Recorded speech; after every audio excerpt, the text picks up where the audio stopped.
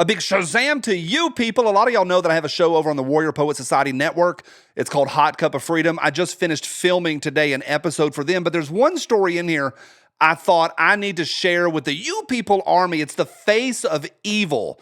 This is only going to take a minute. No sponsor today. Thank you guys for being here. Thanks for a thumbs up is awesome. Thank you. A face of evil. I know that we make memes about it. I know that it's something we talk about, the idea of cutting genitals off of children and sterilizing them, about taking children from their parents. Tim Walls, y'all know that guy. Tampon Tim has been in the middle of it. He was a part of a group, and I won't chase all the data today on that, but I've read it. A group that was bringing kids that were either transitioning, wanting to transition, and that were mentally ill, and having them come to his summer camp that he sponsored, but they weren't allowed to bring their parents, and they had to be able to go into the woods with trans advocates. The bottom line is it's horrific. I believe 50 years or 100 years from now, there will be books and textbooks written about the evil that America did during this time period. There'll also be books written about the good that we did also. There's a lot of good out there. We talked about that earlier this week. This story broke this week, and I'm just baffled at the whole thing. It started with this. Robbie Starbuck posted this, and I just thought it was a meme. I didn't believe it. Wow, the U.S. government funded a $9.7 million study where they gave puberty blockers to kids in an effort to prove that it was healthy for kids to be transitioned. The study proved that it wasn't good for the kids, though. Now they refuse to release the study because the lead doctor is afraid that it will be used to ban sex changes for kids. These people are evil. There's a lot in that to unpack. I didn't believe it, that it was true. It is. Using the word transitioned, that's not the right word. Proceed with what I'm about to say with caution. You can't put toothpaste back into the tube once you squeeze it. And if you chase this, you will not recover from it.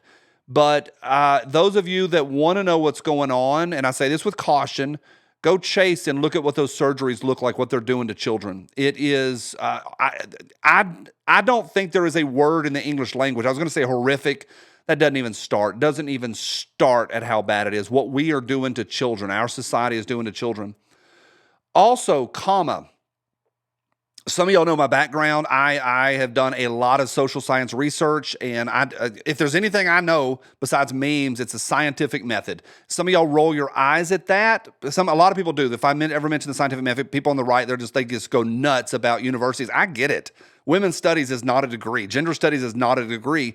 However, the scientific method also brought us a lot of the stuff like when our doctors help us out. I had a hernia right in the middle of my belly one time, and I had a doctor fix that. And the data that they got on how to do that and what thread to use, I don't know what he did, but he fixed me, was done with the scientific. There's some pretty cool stuff in there. This doctor takes $10 million, does the study, finds out that it doesn't help, and then won't release the data. Here she is. She's the face of evil. Her name is Dr. Joanna Olson-Kennedy. Of course, she has a hyphen in her name. Admitted that she deliberately withheld publication of a $10 million taxpayer-funded study on the effect of puberty blockers of American children. She told the New York Times that she believes the study would be weaponized by critics of transgender care for kids, and that the research could one day be used in court to argue we shouldn't use blockers. There's a problem in this statement in itself, in that if the goal is truth, you can't weaponize truth. Truth cannot be weaponized. Propaganda can be weaponized. Truth cannot be weaponized. That is the goal. And the goal of any scientific study should be to find truth. When you chase it, and I did it this morning, when you chase the data on puberty blockers, and most of these kids going into the surgery are pushed, coerced, groomed. If you really want to chase it, my son was talking to me about this the other day. You can find out the money that these hospitals and doctors make, the community, the overall community, the counselors and all that, the money they make for every kid that goes through the system. You're also going to find that they are cut off as soon as the surgery happens. That's it. Their health care is done, and there is no support afterwards. And then it gets really ugly if you chase the suicide attempts and the suicide rate of people that have bottom surgery. That's where it gets wild. Look at the arms of the girls that have transitioned, and there's not a word. They are monsters that are doing this to these children. You can't weaponize truth. That's a problem. I wanted to press record today and just highlight the face of evil.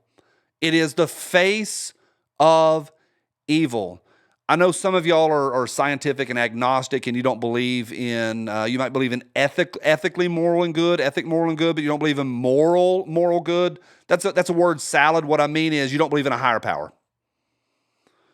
I do, and I believe that the enemy, that evil, has to have hands to operate on this in some ways, has to have hands and feet to operate, and this right here, what's staring at me right there, is in one way what the enemy is doing. This is evil. This is the face of evil.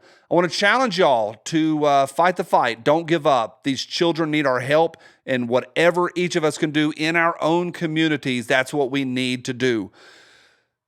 That was awful to talk about. Tomorrow I'll be back with some fun stuff on Spicy Friday. I'll see you then. Thanks for stopping by. I'll see you soon. Bye.